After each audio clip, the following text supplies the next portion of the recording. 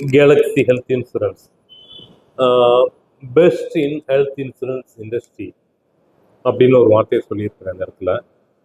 ஏன் best Galaxy health insurance அப்படிங்கிறது பார்த்தீங்க அப்படின்னா, கேலக்ஸி ஹெல்த் இன்சூரன்ஸ் வந்து பார்த்தீங்கன்னா 2 ஜாம்பவான்களால் உருவாக்கப்பட்டது. ஜாம்பவான் 1 உங்களுக்கு எல்லாருக்கும் தெரிந்த TVS motor company. TVS Iyengar குரூப்பை பற்றி தெரியாதவங்களே இருக்க முடியாது. தமிழ்நாட்டில் மிகப்பெரிய அளவில் இருக்கிறாங்க. இவங்க ஒரு நிறுவனமாகவும், ஸ்டார் ஹெல்த் இன்சூரன்ஸோட முன்னாள் சேர்மன் திரு ஜெகநாதன், அதாவது ஸ்டார் ஹெல்த் இன்சூரன்ஸை நிறுவனர் அப்படின்னு கூட சொல்லலாம், திரு ஜெகநாதன். ஜெகநாதன் ஐயாவை பற்றி சொல்லணும் அப்படின்னா, இந்தியாவில் ஹெல்த் இன்சூரன்ஸுக்குன்னு ஒரு புரட்சியை உருவாக்குனது இவர் தான். இவர் எங்கிருந்து வந்தார்? தூத்துக்குடி மாவட்டத்தில் ஒரு சின்ன கிராமத்தில் இருந்து பிறந்து ஜெனரல் இன்சூரன்ஸோட எம்டி வரைக்கும் ப்ரொமோஷன் ஆகி அங்கே தன்னுடைய ரிட்டைர்மெண்ட்டை முடிச்சதுக்கப்புறம் வீட்டில் ஓய்வு எடுக்காமல் தன்னுடைய அனுபவங்களையும் மக்கள் எந்த இடத்துல பாதிக்கப்படுறாங்கிறதையும் கணிச்சு தான் அவர் ஆரம்பித்த ஒரு நிறுவனம் தான் முந்தைய நிறுவனம். அந்த நிறுவனத்தில் ஸ்டாண்ட் அலோன் அப்படின்னு சொல்லி ஆரம்பித்தார். தனித்துவமான ஒரு ஹெல்த் இன்சூரன்ஸ். அப்படி ஆரம்பித்து ஒரு மிகப்பெரிய புரட்சி நடந்தது. ஸோ அந்த புரட்சிக்கு காரணமானவர் தான் ஜெகநாதன் ஐயா. அவங்களும் இப்போ அந்த நிறுவனத்தை வந்து விற்பனை செய்துட்டாங்க. சில கால மாற்றங்களுக்காக விற்பனை செஞ்சுட்டு இப்போ இதை வாங்கியிருக்கிறாங்க, இப்போ ஆரம்பிச்சிருக்காங்க இந்த இதை ஃப்ரம் டிவிஎஸ். ஸோ ஜெகநாதன் ஐயாவோட வயசு கிட்டத்தட்ட இப்போ 80 நெருங்கிடுச்சு, 80க்கு மேலே போயிடுச்சு. அப்போ இந்த கம்பெனியோட அனுபவம்னு பார்த்தீங்க அப்படின்னா, ஜெகநாதன் ஐயாவோட வயசு தான் கிட்டத்தட்ட 50 வருட அனுபவம் வாய்ந்த ஒரு நிறுவனமாக டிவிஎஸோட இணைஞ்சி ஆரம்பிக்கப்பட்டது தான் கேலக்ஸி ஹெல்த் இன்சூரன்ஸ். எந்த ஒரு மிஸ்டேக்கும் வர வாய்ப்பு இல்லை. அதில் முதல் பாலிசி கேலக்ஸி ப்ராமிஸ். இந்த கேலக்ஸி ப்ராமிஸ் அப்படிங்கிறத கேலக்ஸியோட வாக்குறுதியாகவே தர்றாங்க. ஒவ்வொரு வாடிக்கையாளருக்கும் ஒவ்வொரு பாலிசிதாருக்கும் நாங்கள் தரும் வாக்குறுதி, அதுதான் ப்ராமிஸ். நம்ம தமிழில் இன்னும் தூய தமிழ் சொன்னால் சத்திய பிரமாணம் அப்படிங்கிறோம் இல்லையா, அப்படி மாதிரி கேலக்ஸியோட சத்திய பிரமாணம் தான் இது. இந்த கேலக்ஸி ப்ராமிஸுக்குள்ள ஒரு 3 பாலிசி கொண்டு வந்திருக்கிறாங்க. அதாவது ஒரே பாலிசியில் ஒரு 3 செக்மெண்ட் கொண்டு வந்திருக்கிறாங்க. காரில் கொண்டு வருவாங்க இல்லையா, மிடில், பேசிக்கு, டாப் அண்ட் அப்படிங்கிற மாதிரி, அது மாதிரி தான் இங்கேயும் சிக்னேச்சர், எலைட், ப்ரீமியம் அப்படின்னு ஒரு 3 மாடல் கொண்டு வந்திருக்கிறாங்க. சிக்னேச்சரை டாப் மாடலாகவும், எலைட்டை வந்து ஒரு மிடில் மாடலாகவும், ப்ரீமியரை வந்து பேசிக் மாடலாகவும் எல்லோருக்கும் வேணும் அப்படிங்கக்கூடிய ஒரு இதுலேயும் கொண்டு வந்திருக்கிறாங்க. சார் ஹெல்த் இன்சூரன்ஸு எங்களுக்கு ஓகேங்க, நாங்கள் யாரெல்லாம் பாலிசி எடுக்கலாம் உங்கள் கம்பெனியில்? எங்கள் கம்பெனியில் பொறுத்தளவுக்கு பார்த்தீங்கன்னா 18 வயசுலேருந்து 65 வயசு வரைக்கும் இருக்கக்கூடிய பெரியவர்கள் எடுக்கலாம். சிறு குழந்தைகளாக இருந்தால் 16 நாள்லேருந்து 25 வயசு வரைக்கும், 16 நாள்லேருந்து 25 வயசு வரைக்கும் உள்ளவங்க எடுத்துக்கலாம். ஓகேங்களா? இது பேசிக்காகவே வரக்கூடிய ஒரு விஷயம். இன்சூரன்ஸ் பாலிசி எடுத்துட்டேன், இப்போ நான் இதை வச்சு என்ன செய்கிறது? எஸ், எந்த ஒரு இன்சூரன்ஸ் பாலிசிக்கும் ஹெல்த் இன்சூரன்ஸ் பாலிசிக்கும் உள்ள அதே ரூல் தாங்க. குறைந்தபட்சம் 24 மணி நேரம் நீங்கள் ஆஸ்பத்திரியில் அனுமதிக்கப்பட்டு சிகிச்சை பெற்றிருக்க வேண்டும். அப்போதான் உங்கள் கிளைம் ஸ்டார்ட் ஆகும். 26 மணி நேரம் இருந்தால் போதுமானது. அதுக்கு மேலே அப்படிங்கிறது உங்களுடைய டாக்டரோட அறிவுறுத்தலுங்கிறது உங்களோட நோயை பொறுத்து ஒரு வாரமோ ஒரு மாதமோ அது உங்களுடைய டாக்டர் சொல்லக்கூடியது. சில நோய்களுக்கெல்லாம் பார்த்தீங்கன்னா ஒரு 1 டே இருந்துட்டு போங்கம்பாங்க. ஸோ அதுலேருந்து நம்ம கிளைம் ஸ்டார்ட் ஆக ஆரம்பிக்குது. சார் அப்போ தான் கிளைம் ஸ்டார்ட் ஆக ஆரம்பிக்குதானே? இல்லை, பாலிசி எடுத்ததுலேருந்து 31வது நாள் தான் ஸ்டார்ட் ஆகும். பட் ஆக்சிடென்ட் அப்படிங்கிற கண்டிஷன் வரும்போது பாலிசி எடுத்த அடுத்த நாள் வந்து ஆரம்பம் ஆகும்.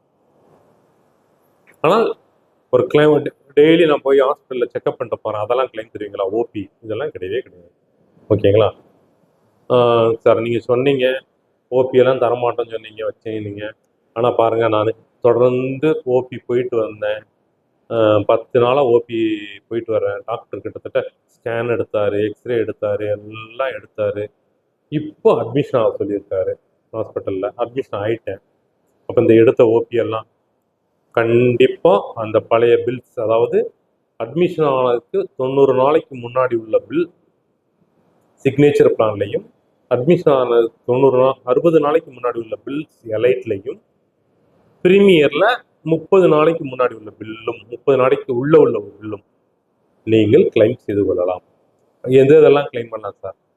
X ray, scan report, blood report, doctor bills, medicines, இது எல்லாமே இப்போ எந்த நோய்க்காக அட்மிஷன் ஆகிருக்கீங்களோ அந்த நோய் ரிலேட்டடாக இருந்தால் கிளைம் பண்ணிக்கலாம். சரி சார், இதை கிளைம் பண்ணிட்டேன், ஹாஸ்பிட்டல் அட்மிஷன் ஆகிருந்தேன், அதையும் கிளைம் பண்ணிட்டேன், இப்போ வீட்டுக்கு போகும்போது டாக்டர் மருந்து மாத்திரை எழுதி தராரு, அதை எப்படின்னா பண்ணுறது? எஸ், அதையும் கிளைம் பண்ணிக்கலாம். அதுவும் பிளானை பொறுத்து சிக்னேச்சராக இருந்தால் 180 நாளைக்கு ட்ரீட்மெண்ட், அதே அந்த நோய்க்கு இப்போ எதுக்கு அட்மிஷன் ஆகிருந்தோமோ அதுக்கு ஒரு 180 நாள் ட்ரீட்மெண்ட் நம்ம ஃபாலோஅப் மெடிசின்ஸ் கொடுத்தாங்கன்னா அதையும், எலைட் பிளானில் 60 நாளும், ப்ரீமியர் பிளானில் 60 நாளும். இது மட்டும் ரீஇம்ப்ரெஸ்மெண்ட்டில் தான் வருங்க, கேஷ்லெஸில் வராது. ஏன்னா நம்ம ஏற்கனவே பணம் கட்டியிருப்போம், இல்லைன்னா அதுக்கடுத்த ஹாஸ்பிட்டலில் பணம் கட்டி தான் ட்ரீட்மெண்ட் எடுப்போம். ஸோ இதெல்லாம் நம்ம கம்பெனிக்கு பில்ஸாக கொடுத்து வாங்கிக்கலாம். இதில் சில மெடிசின்ஸ்க்கு வந்து எதுவுமே அலோவ் பண்ண மாட்டாங்க, ஐஆர்டி நாம்ஸ் பிரகாரம் சில விஷயங்கள் மட்டும் பண்ண மாட்டாங்க, அதுவும் பார்த்துக்கலாம். ஓகேங்களா சார்? ஓகே, ஹாஸ்பிட்டலில் 24 மணி நேரம் அட்மிஷன் ஆகணும்ட்டீங்க, அட்மிஷன் ஆகிட்டேன்.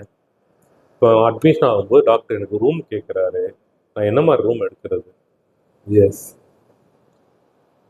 சிக்னேச்சர் பிளானாக இருந்தால் 5 லட்சத்துலேருந்து 20 லட்ச ரூபா வரைக்கும் நீங்கள் டீலக்ஸ் ரூம் எடுத்துக்கலாம். அதே இது 20 லட்சத்துலேருந்து அதுக்கு மேலே 1 கோடி ரூபா வரைக்கும் பாலிசி இருக்கு இல்லையா, 25 லட்சத்துலேருந்து 1 கோடி ரூபா வரைக்கும் பாலிசி இருக்கு இல்லையா, அதில் எது எடுத்தீங்கனாலும் அந்த ஹாஸ்பிட்டலில் இருக்கக்கூடிய உங்களுக்கு பிடிச்ச எந்த ரூம்னாலும் எடுத்துக்கலாங்க. அந்த ரூம் அவங்க ஹாஸ்பிட்டலில் கொடுத்துட்டாங்க அப்படின்னா, சார் நான் சூட் ரூம் எடுத்துக்கிறேன், ஹை கிளாஸ் ரூம் எடுத்துக்கிறேன், எதுனாலும் எடுத்துக்கோங்க, உங்களுக்கு ஹாஸ்பிட்டலில் கொடுக்குற எடுத்துக்கோங்க, ப்ராப்ளமே இல்லை. எலைட் பிளான், எலைட்டில் கிட்டத்தட்ட பார்த்தீங்கன்னா 5 லட்சத்துலேருந்து 20 லட்ச ரூபா வரைக்கும் டீலக்ஸ் ரூம். சார் அது என்ன சார் டீலக்ஸ் ரூம் சொல்கிறீங்க, எனக்கு புரியலை சார். ஒரு ஹாஸ்பிட்டலில் குறைஞ்சபட்சம் ஒரு நல்ல ஏசி ரூம் இருக்குங்க, ரொம்ப டீசெண்டாக இருக்கும். ஒரு சில 5000 ரூபா வாடகை அந்த ரேஞ்சில் இருக்குன்னு வச்சுக்கோங்களேன், தாராளமாக நம்ம எடுத்துக்கலாம். ஒரு நாளைக்கு 5000 ரூபா ரூம் ரெண்ட் இருக்கக்கூடிய ரூம்ஸ் எடுத்துக்கலாம். 25 லட்சத்துக்கு மேலே இதே எலைட்டில் வருது அப்படின்னா நீங்கள் டீலக்ஸில் ரூம் போக எனி ரூம்ஸ் கொஞ்சம் நல்ல பெரிய ரூம்ஸ் இருந்தாலும் அதை எடுத்துக்கலாம். இது 5000 ரூபா வாடகைக்கு மேலே 10,000 15,000 இருக்குது அப்படின்னாலும் எடுத்துக்கலாம், ஒன்றும் ப்ராப்ளம் கிடையாது. அது வந்து அதை பொறுத்தளவுக்கு. சார் ப்ரீமியர் பிளான், இப்போ நான் வந்து பேசிக் மாடல் பிளான் இன்சூரன்ஸாக எடுக்க போகிறேன் அப்படின்னா உங்கள் சம்மர்ஸோடு எவ்வளோன்னு பாருங்கள். 3 லட்சமாக இருந்தால் 3000, 4 லட்சமாக இருந்ததுன்னா 4000, 5 லட்சத்துலேருந்து 10 லட்சம் வரைக்கும் ஒரு நாளைக்கு 5000 ரூம் ரெண்ட்டு. 10 லட்ச ரூபாய்க்கு மேலே போனால் 15 லட்ச ரூபா பாலிசி எடுக்கிறீங்கன்னா உங்கள் ரூம் ரெண்ட்டு மேக்ஸிமம் 10,000 தான். அதுக்காக 2000 ரூம் எடுத்துகிட்டு 10,000 பில் பண்ணலாமான்னா முடியாதுங்க. அந்த ஹாஸ்பிட்டல் எங்களுக்கு எல்லாம் ஆல்ரெடி முதலே சொல்லியிருப்பாங்க, அவங்களே பண்ணிக்குவாங்க, அதுதான் மெத்தடு. சரி சார், ரூம் ரெண்ட் ஓகே, 24 மணி நேரம் ஹாஸ்பிட்டலில் இருக்கணும் சொல்லிட்டீங்க, எங்கள் கேஸ் கொஞ்சம் சிவியர் கேஸு, ஐசியூவில் தான் வச்சுருக்குறாங்க. ஐசியூலையும் பார்த்தீங்கன்னா இப்போ டிஜிட்டல் ஐசியூங்கிறாங்க, மாடர்ன் ஐசியூங்கிறாங்க, என்னென்னமோ சொல்கிறாங்க. அந்த ஐசியூவில் இருக்கணுங்கிறாங்க, ஒரு நாளைக்கு 20,000ங்காங்க, 10,000ங்காங்க. எஸ், எதா இருந்தாலும் ஆக்சுவல் பிளான்லேயும் சரி, சிக்னேச்சர் எலைட் ப்ரீமியம் 3 பிளான்லேயும் 100% உங்களுக்கு கிளைம் கிடைக்கும். அதில் என்ன பில் பண்ணுறாங்களோ அந்த பில் அப்படியே கிளைம் எடுத்துக்கலாம். ஆக்சுவல் இதில் ஐசியூஸில் ICU okay, room rent okay, இதெல்லாம் ஓகே.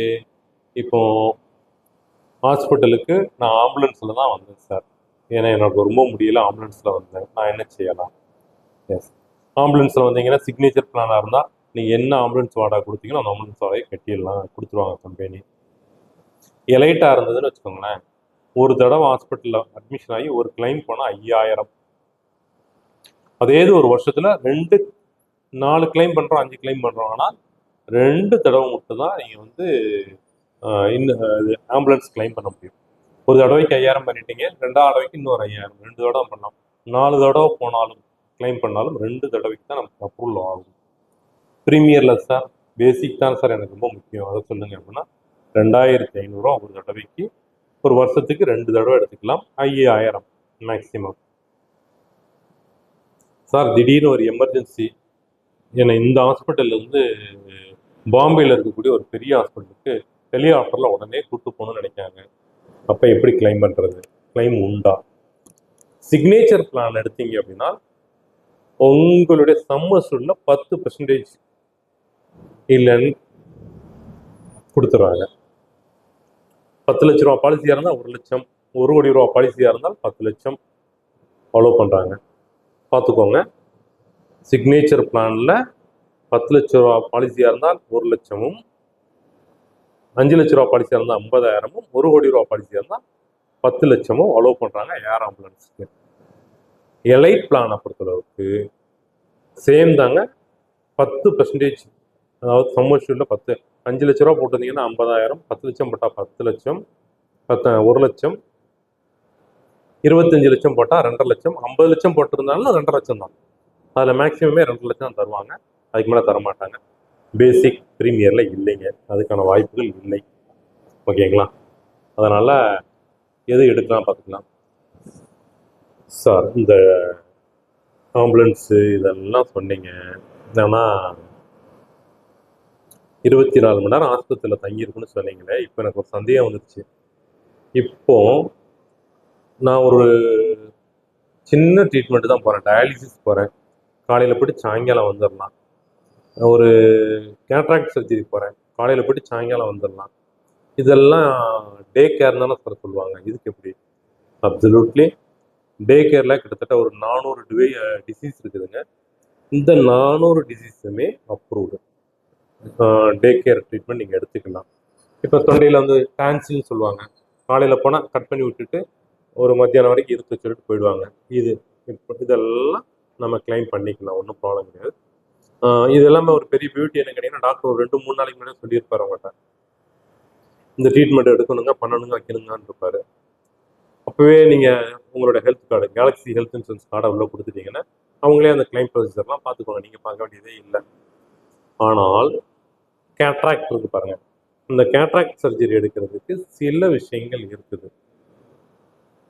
பாலிசி எடுத்து கம்பல்சரி 2 இயர்ஸ் வெயிட் பண்ணணுங்க. ஏன்னா கேட்ராக்ட் நோய் பாலிசி எடுக்கிறதுக்கு முன்னாடி இருக்கும், எடுத்ததுலேருந்து 2 வருஷத்துக்கு கேட்ராக்ட் பண்ணாமலே சமாளிச்சிடலாம். நிறைய பேர் சமாளிச்சுட்டு இருக்கிறாங்க. ஒரு சிலர்லாம் பாலிசி எடுத்துட்டு, சார் அடுத்த வாரமே எனக்கு இந்த நோய் இருக்குது, ட்ரீட்மெண்ட்டுக்கு நான் பண்ணிக்கலாமா அப்படிம்பாங்க. அதெல்லாம் பிஇடி, உடனே பண்ண முடியாது. சில நோய்கள் வந்து பிஇடிங்கிற கான்செப்ட் வரும், அதை நான் உங்களுக்கு பின்னாடி வழக்கமாக சொல்கிறேன். ஸோ இதில் கேட்ராக்டுக்கு என்ன அலௌடு? ப்ரீமியர் பிளானாக இருந்தால் 3 லட்சத்துலேருந்து 4 லட்ச ரூபா வரைக்கும் ப்ரீமியம் எடுத்திருந்தீங்க அப்படின்னா, சம் இன்சூர் பண்ணியிருந்தீங்கன்னா 25,000, 5 லட்ச ரூபா சம் இன்சூர் பண்ணியிருந்தீங்கன்னா 35,000, 7.5 லட்ச ரூபாய்க்கு மேலே பண்ணீங்கன்னா 50,000 தான் அலௌடு ப்ரீமியம் பிளானில், பேசிக்கில். எலைட்டில் 5 லட்ச ரூபா வரைக்கும் உள்ள ப்ரீமியம், 5 லட்ச ரூபா ப்ரீமியத்துக்கு 60,000மும், 7.5 லட்ச ரூபா ப்ரீமியத்துக்கு மேலே இருக்கக்கூடிய எல்லா ப்ரீமியத்துக்கும் 75,000 அலௌடு. சிக்னேச்சரில் என்ன உண்டோ அதை அப்படியே கொடுத்துட்றாங்க. சார் ஏன் இந்த டிஃப்ரெண்ட் அப்படின்னு கேட்குறீங்களா? நீங்கள் கேட்ராக்ட் சர்ஜரி போய் பாருங்கள், அங்கே சொல்லுவாங்க ஒவ்வொரு சர்ஜரிக்கும் ஒவ்வொரு விதமான ப்ரைஸ் வச்சுருப்பாங்க. அவங்களுமே பேசிக்கு, எலைட்டு, ப்ரீமியம் சொல்லிட்டு கிட்டத்தட்ட ஒரு 3-4 வெரைட்டிஸ் வச்சுருக்கிறாங்க. அதில் சூஸ் பண்ணுறதுக்கான ஒரு இதுதான். பட் இதுக்கு வெயிட்டிங் பீரியடுங்கிறது கம்பல்சரி 2 வருஷம் இருந்தாலும் கேட்ராக்டுக்கு. எல்லாம் ஓகே சார், இப்போ தான் கல்யாணம் ஆச்சு, கல்யாணம் ஆயிடுச்சு, எனக்கு பிரசவத்துக்கு இலவசமா? இல்லை இலவசமானு பாருங்கள், அப்படியே கேட்டு பழகிடுச்சு எனக்கு. பிரசவ செலவுக்கு எப்படி பண்ணி தருவீங்க? டெலிவரி எக்ஸ்பென்சஸ் வெயிட்டிங் பீரியட் நிபந்தனைக்கு உட்பட்டது, அதாவது காத்திருப்பு கால நிபந்தனைக்கு உட்பட்டது.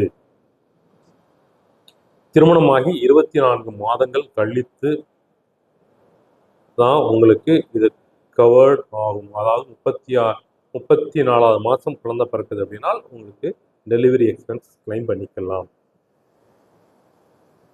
இல்லை சகோதரி வந்து திருமணமே ஆகலை, இப்போ தான் வந்து ஒரு 21 வயசு 22 வயசு ஒரு மங்கை, அவங்களுக்கு ஒரு பாலிசி எடுக்கிறோம். 4 வருஷம் கண்டினியூவாக அவங்க பாலிசி ப்ரீமியம் கட்டிட்டாங்க. இப்போ மேரேஜ் ஆகுது. மேரேஜ் ஆன 10வது மாதமே குழந்தை பிறக்குது. டெலிவரி கிளைம் பண்ணிக்கிடலாம். இது ஆண் மகனுக்கு பொருந்தாது, பெண் மங்கைக்கு மட்டும் பொருந்தும். இந்த பிளான் சிக்னேச்சருக்கு மட்டும்தான் உண்டு. எலைட்லேயோ ப்ரீமியர்லேயோ கிடையாதுங்க. எவ்வளோ சார் நம்ம கிளைம் பண்ணி தருவீங்க? டெலிவரி எக்ஸ்பென்சஸ் எவ்வளோ வரைக்கும் கிளைம் ஆகும்? பாலிசி அமௌண்ட்டில் 10% இல்லைன்னா மேக்ஸிமம் 2 லட்சம். 10 லட்ச ரூபா பாலிசி போட்டிருந்தா 2 லட்சம் தான். 25 லட்ச ரூபா பாலிசி போட்டாலும் 2 லட்ச ரூபா தான். 1 கோடி ரூபா பாலிசி போட்டிருந்தாலும் 2 லட்சம் தான். 5 லட்ச ரூபா பாலிசி போட்டிருந்தால் உங்களுக்கே தெரியும் 50,000 தான் கிளைம் பண்ண முடியும். 10 லட்ச ரூபா பாலிசி போட்டிருந்தால் 1 லட்சம் தான் கிளைம் பண்ண முடியும். இதுதான். இதில் என்ன சார், நார்மல் சிசேரியன் எப்படி எல்லாமே அதான். நார்மலாக இருந்தாலும் சிசேரியனாக இருந்தாலும் உங்களுக்கு கண்டிப்பான முறையில் பாலிசி கிடைக்கும். ஓகேங்களா?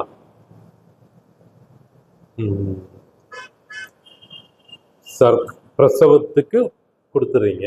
இப்போ குழந்தை பிறந்துடுச்சு, பிறந்த குழந்தைக்கு என்ன பண்ண போறீங்க சார்? இதை நல்லா புரிஞ்சுக்கோங்க. 3 பிளான்ல சிக்னேச்சர் பிளானுக்கு மட்டும்தான் டெலிவரி தர்றோம்னு இருக்கோம். ஆனால் மற்ற 2 பிளான்லேயுமே ஒரு பெரிய பியூட்டி என்ன கேட்டிங்கன்னா, குழந்தை கர்ப்பமாக இருக்கும்போது, உங்களோட தாய் கர்ப்பமாக இருக்கும்போது குறிப்பிட்ட சில சிடி ஸ்கேன் ரிப்போர்ட்ஸ், அதாவது அப்டமன் ஸ்கேன் ரிப்போர்ட்ஸை நீங்கள் சப்மிட் பண்ணிட்டீங்க அப்படின்னா குழந்தை பிறந்த உடனே இன்சூரன்ஸ் குழந்தைக்கு கவர்டு ஆகும். சிக்னேச்சர் பிளானாக இருந்தால் சம் இன்சூர்டில் 10% மேக்ஸிமம் 2.5 லட்ச ரூபா வரைக்கும் 25 லட்ச ரூபா பாலிசி போட்டவங்களுக்கு, 50 லட்சம் 1 லட்சம் 1 கோடி ரூபா பாலிசி போட்டவங்களுக்கு 10%. 50 லட்ச ரூபா பாலிசி போட்டிருந்தாங்கன்னா 5 லட்ச ரூபா வரைக்கும் கிளைம் பண்ணிக்கலாம். 1 கோடி ரூபா பாலிசி போட்டால் அப்போ 10 லட்சமா கிடையாது, அவங்களுக்கும் 5 லட்சம் தான். எலைட் பிளானில் சேம் தான், 10% தான், but maximum 1 lakh allowed. Premier பிளான்லேயே அதே 10% தான், பட் மேக்ஸிமம் 50,000 தான் அலௌடு. அதோட மீனிங் என்னென்னா, நீங்கள் 5 லட்ச ரூபா போட்டிருந்தாலும் 10 லட்ச ரூபா போட்டிருந்தாலும் ஒரு 50,000 மட்டும் தான் உங்களுக்கு அலோவ் பண்ணுவாங்க குழந்தைக்கு ட்ரீட்மெண்ட்டுக்கு. ஓகேங்களா? ஸோ குழந்தையோட ட்ரீட்மெண்ட்டுக்கு நம்ம அப்படி போய்க்கலாம். சார் ஆயுஷ் ட்ரீட்மெண்ட்டு, ஆயுஷ்னாலே பார்த்தீங்கன்னா ஆயுர்வேதிக், யோகா, யுனானி, சித்தா, ஹோமியோபதி, இது 5ஓட முதல் எழுத்து தான் ஆயுஷ் ட்ரீட்மெண்ட். இதுக்கு நம்மளுடைய கம்பெனியில் ப்ரீமியர், எலைட், சிக்னேச்சர் 3 பிளான்லேயுமே வாட் என்ன பில் பண்ணுறாங்களோ அந்த பில் அப்படியே கொடுத்துருவாங்க. அதில் பெரிய விஷயமே கிடையாது. ஆனால் ஒரு கண்டிஷன் இருக்குது, அந்த ஹாஸ்பிட்டல் ரிஜிஸ்டர்டு அண்டு நம்மளோட அப்ரூவ்டு ஹாஸ்பிட்டலாக இருக்கணும். அதாவது நம்மளோட டைஅப்பில் இருக்கக்கூடிய ஹாஸ்பிட்டலாக இருக்கணும். இல்லை சார் எனக்கு இந்த ஹாஸ்பிட்டல் டைஅப் வேணும் அப்படின்னா சொல்லுங்கள், நம்மளுடைய கம்பெனியிலேருந்து அந்த ஹாஸ்பிட்டலில் பேசி தேவையான டாக்குமெண்ட்ஸ் கரெக்டாக இருந்ததுன்னா அந்த ஹாஸ்பிட்டல் டைஅப் நம்ம பண்ணிக்கலாம், ஒன்றும் ப்ராப்ளம் கிடையாது. இல்லை அந்த ஹாஸ்பிட்டல் எலிஜிபிளாக இருந்தால் உடனே டைஅப் பண்ணுறதுக்கு நம்ம தயாராக இருக்கிறோம். ஒரே வாரத்துலேருந்து 10 நாளில் டைஅப் பண்ணுறதுக்கு ரெடியாக இருக்கிறோம் நம்ம. ஓகேங்களா? இது என்ன சார் புதுசாக இருக்குது, டொமிசிலரி ஹெல்த் பாலிசி, ஹெல்த் அப்படின்னு போட்டிருக்கீங்க, இப்படின்னா என்ன சார்? ஒன்றும் கிடையாது. இந்த கொரோனா வரும்போது என்னாச்சு உங்களுக்கே தெரியும். இந்த கொரோனா வரும்போது என்ன நடந்துச்சு? எல்லா ஹாஸ்பிட்டல் ஹவுஸ்ஃபுல். ட்ரீட்மெண்ட் வீட்டில் வச்சு எடுத்துக்கோங்க. சரி, வீட்டில் வச்சு எடுத்துக்கிட்டேன், ஆனால் பில்லு இன்சூரன்ஸ் கம்பெனி தருமா? எஸ். இது போன்ற நோய்களுக்கு, இது போன்ற சூழ்நிலைகளில் மருத்துவமனை, நீங்கள் இருக்கும் ஊரில் மருத்துவமனையில் இடமில்லாத பட்சத்தில் வீட்டில் இருந்து மருத்துவ சிகிச்சை பெற்றுக்கொள்கிறீர்கள் என்றால் தாராளமாக அதற்கும் கிளைம் செய்து கொள்ளலாம். இது கண்டிஷன்ஸ் தெளிவாக இருக்குதுங்க. அதாவது 3 நாளைக்கு மேலே உள்ள நோய்கள் மட்டும்தான் ட்ரீட்மெண்ட் எடுக்க முடியும். அதே நேரம் மருத்துவமனையில் நீங்கள் எந்த மருத்துவர் உங்களுக்கு வீட்டுக்கு வந்து சிகிச்சை கொடுக்குறாரோ அந்த மருத்துவமனையில் இடம் இல்லைங்கிறத மருத்துவர் சான்றிதழ் பண்ணியிருந்தால் மட்டும்தான் பண்ண முடியும். இது வந்து சம் இன்சூர்டு வரைக்கும் நம்ம எவ்வளோ போட்டுக்கோமோ அவ்வளோ வரைக்கும் கிளைம் பண்ணிக்கலாம். ஓகேங்களா? பட் இதோட டேர்ம்ஸ் அண்ட் கண்டிஷன்ஸ் வந்து அந்த டயத்தில் கொஞ்சம் கிளியராக கேட்டு தெரிஞ்சுக்கிட்டு நீங்கள் வீட்டிலேயே அந்த ட்ரீட்மெண்ட் எடுக்கிறதுக்கு இன்னொன்று அதை பார்த்துக்கிறது நல்லது. ஓகேங்களா? மாடர்ன் ட்ரீட்மெண்ட் இன்னைக்கு தான் மெடிக்கலில் ஏகப்பட்ட மாடர்ன் எக்யூப்மெண்ட்ஸ் வந்துருச்சு. ஸோ இதை வச்செல்லாம் ட்ரீட்மெண்ட் எடுக்கும்போது எப்படி கிளைம் கிடைக்குமா? கண்டிப்பாக கிடைக்கும். ஏன் கிடைக்காது? இந்த மாடர்ன் ட்ரீட்மெண்ட்டை என்ன முதல்ல அதை பார்த்துடலாமா? ரோபோட்டிக் சர்ஜரி, இந்த முட்டில் சிகிச்சை பண்ணுறதுக்குலாம் இப்போ முட்டு மாற்று சிகிச்சைன்னு சொல்கிறோம் இல்லையா, இதெல்லாம் இப்போ முன்னாடியெல்லாம் நம்ம மேனுவலாக பண்ணிட்டு இருந்தாங்க. இப்போ ரோபோட்டிக்கில் பண்ண ஆரம்பிச்சிட்டாங்க. ரோபோட்டிக்கே அந்த வேலையை பார்த்துக்குது. அது அப்புறம் நோய் எதிர்ப்பு சிகிச்சை, அதாவது நிறைய கேன்சர் பேஷண்ட்ஸ் இருப்பாங்க, ஹீமோதெரப்பி எடுக்க வேண்டியது இருக்கும். சில நோய்களுக்கு வந்து இம்யூனோதெரபிஸ் கூடிய ட்ரீட்மெண்ட்ஸ் எடுக்கணும். இது எல்லாமே மாடர்ன் எக்யூப்மெண்ட்ஸில் வந்துடும். ஸ்டெம் செல் தெரப்பி, இது எல்லாமே இன்டர்விட்டல் இன்ஜெக்ஷன்ஸ், அதாவது வெளித்திரை ஊசி அப்படிங்கிறது நம்ம கண்ணுக்கு பின்னாடி இன்ஜெக்ஷன் போட்டு ஒரு ட்ரீட்மெண்ட் எடுப்பாங்க. இது எல்லாமே மாடலில் வரும். அப்புறம் டீப் பிரெயின் ஸ்டிமுலேஷன்ஸ், அதாவது பார்கின்சன் டிசீஸ் வந்தவங்க, சில மூளைகளில் குறைபாடு திடீர்னு வந்தவங்கலாம் பார்த்தீங்கன்னா அவங்களுக்கு மூளைக்கு பின்னாடி போய் ஒரு இன்ஜெக்ஷன் பண்ணி அவங்கள சிமுலேட் பண்ணி ரெடி பண்ணுவாங்க. அதெல்லாமே மாடலில் வரும். இது மாதிரி அதர் மாடர்ன் ட்ரீட்மெண்ட் நிறைய இருக்குது. இது எல்லாமே கிளைம் ஆகும் நம்மளுடைய கேலக்ஸி இன்சூரன்ஸில். பட் சப் கண்டிஷன்ஸ் வந்து ப்ரீமியர் பிளானுக்கு மட்டும்தான் உண்டுங்க. ப்ரீமியர் பிளானில் வந்து பார்த்தீங்கன்னா மூட்டு அறுவை சிகிச்சை பண்ணணும் அப்படின்னா ஒரு 4 லட்ச ரூபா வரை கிளைம் பண்ணிக்கலாம். இப்படி ஒவ்வொரு ட்ரீட்மெண்ட்டுக்குமே ஒரு 30%, 70% அப்படிங்கக்கூடிய அளவு வச்சுருக்குறாங்க. ஸோ அது என்ன அப்படிங்கிறத நீங்கள் மாடர்ன் ட்ரீட்மெண்ட் எடுக்கிறதுக்கு முன்னாடியோ இல்லை ப்ரீமியர் பிளான் எடுக்கிறீங்க அப்படின்னா அந்த எடுக்கும்போது டீட்டெயில்ஸ் கேளுங்க, ஃபுல் டீட்டெயிலாக தரேன். எலைட் பிளான், சிக்னேச்சர் பிளான், இந்த 2 பிளான்லையுமே என்ன வாட் எவர் பில் என்ன பண்ணுறாங்களோ அந்த பில்லை கொடுத்துட்றாங்க. ஓகேங்களா? சாரி, இது ஓகே, அது ஓகே, இதெல்லாம் ஓகே, திடீர்னு கிட்னியை மாற்றணுன்ட்டாங்க, இப்போ நான் என்ன செய்யுது? தாராளமாக மாற்றிக்க வேண்டிதான். சம் இன்சூர்டு என்னவோ அது வரைக்கும் நம்ம கிளைம் பண்ணிட்டு போகலாம். ஆமாம், 3 பிளான்லையுமே ப்ரீமியர், எலைட்டு, சிக்னேச்சர் 3லேயுமே ஆக்சுவல்ஸ் என்ன பில் பண்ணுறாங்களோ அந்த பில்லை வந்து கொடுத்துட போகிறாங்க. திடீர்னு எனக்கு கிட்னி, ஹார்ட்டு, என்ன அதாவது ஆர்கன் டிரான்ஸ்பிளேஷன் அப்படிங்கிறது உங்களுக்கு தெரியும் எவ்வளோ எக்ஸ்பென்சிவான ஒன்றுன்னு. அதுக்கு என்ன உண்டோ அதை கம்பெனி பே பண்ணுறதுக்கு ரெடியாக இருக்கிறாங்க. எல்லாமே வெயிட்டிங் பீரியட் கண்டிஷன் வாங்குவாங்க. 24 மாதம் வெயிட் பண்ணி தான் ஆகும். ஏன்னா இது ஏற்கனவே இருக்கக்கூடிய நோயாக இருந்துச்சுன்னா என்ன பண்ண முடியும்? உடனே கம்பெனி கொடுத்தா கம்பெனி திவாலாகிடும் இல்லையா? அதுக்காக இது என்ன சார் புதுசாக ஆர்கன் டோனர் எக்ஸ்பென்ஸ்? இப்போ எனக்கு ஒரு ஆர்கன் தேவைப்படுது. அப்போ அவருக்கு அந்த ஆர்கனுக்கு நான் வெளியில் ஒரு நபர்கிட்ட வாங்குறேன். அவர் வந்து என்னோட இன்சூரன்ஸ் இதுக்குள்ளே இல்லை, எதுக்குள்ளே பாலிசிக்குள்ளே இல்லை, அவர்கிட்டையும் இன்சூரன்ஸ் பாலிசி இல்லை. ஆனால் அவர் எனக்கு ஆர்கன் டோனர் கொடுக்க வரார், என்ன செய்யலாம்? எஸ், அவருக்கு ஒரு பாலிசியை நீங்கள் போட வேண்டியதான். அந்த பாலிசி போட்டது வந்து 31ஆவது நாள்லேயே அதை எஃபெக்ட் பண்ண ஆரம்பிச்சிடும். அவர் இம்மிடியட்டாக உங்களுக்கு ஆர்கன் டோனர் பண்ணிடுவார். அப்புறம் அவருக்கு நான் வருஷம் ரெனியூல் பண்ணுமா? 2 வருஷம் கம்பெனி அவருக்கு ஃப்ரீயாக ரெனியூல் கொடுத்துருங்க. உங்களுக்கு ஆர்கனை டொனேஷன் பண்ண ஒரே காரணத்துக்காக அவருக்கு 2 வருஷம் பாலிசி ஃப்ரீ. அப்போ ஆட்டோமேட்டிக்காக நீங்கள் 1 வருஷம் கொடுத்துறீங்க, அப்புறம் அவருக்கு 2 வருஷம். ஸோ அவரோட 3 வருஷம் ட்ரீட்மெண்ட்டுமே கம்பெனி பார்த்துக்க போகுது, உங்களுக்கு கவலையே இல்லை. ஒரு ஆர்கன் டொனேஷன் பண்ணவங்களுக்கு ஒரு 3 வருஷம் ட்ரீட்மெண்ட் எடுத்தால் போதுமானது. ஓகேங்களா? ஆனால் இந்த பிளான் முழுக்க முழுக்க சிக்னேச்சரில் மட்டும்தான் உண்டு. எலைட்லேயோ இதில் ப்ரீமியர்லேயோ கிடையாது. அப்போவே கேட்டமே பிஇடின்னு கேட்டிங்களே, இல்லை சார் ஏற்கனவே இருக்கக்கூடியதில் ஒன்றும் புரியலைன்னு. ப்ரீ எக்ஸிஸ்டிங் டிசீஸ், நிறைய நோய்கள் நம்ம உடம்புக்குள்ளே இருக்குது, வெளியில் தெரியறதில்ல, நம்மளும் சொல்கிறதில்ல, சொல்லாமல் பாலிசி எடுத்துடுறோம். கேட்ராக்ட் இருக்குது, கேட்ராக்ட் வச்சுட்டே நான் பாலிசி எடுக்க வர்றேன். எனக்கு முட்டு அறுவை சிகிச்சை பண்ணணும், அதை வச்சு சொல்லாமலே நான் பாலிசி எடுக்க வரேன். இப்படி ஒவ்வொன்றா கிட்டத்தட்ட பார்த்தீங்கன்னா ஒரு நூற்றுக்கணக்கான நோய் இருக்குதுங்க. இது எல்லாமே நமக்கு தெரிஞ்சிருந்தது, இல்லை தெரியாமல் இருக்கும். ஒன்று தெரிஞ்சிருக்கும், இல்லை தெரியாமல் இருக்கும். தெரிஞ்சிருந்து முதலே கம்பெனிட்ட சொல்லிட்டீங்க அப்படின்னா ரொம்ப ஈஸி. கம்பெனி கிளைமும் வந்து உங்களுக்கு அந்த வெயிட்டிங் பீரியட் என்ன உண்டோ அதை சொல்லிவிட்டு அது வந்து உங்களுக்கு கிளைம் எடுத்து கொடுத்துருவாங்க. சொல்லாமல் நீங்கள் ஒன்றும் கிடையாது. சமீபத்தில் ஒரு சின்ன கேஸ், இந்த இடத்துல இருக்கக்கூடிய நரம்பு தேஞ்சிருக்குது, அது தேஞ்சிருக்கா தேயலையான்னு அவருக்கு தெரிய வாய்ப்பு இல்லை. இப்போ அந்த இடத்துல அவர் என்ன பண்ணுவார்?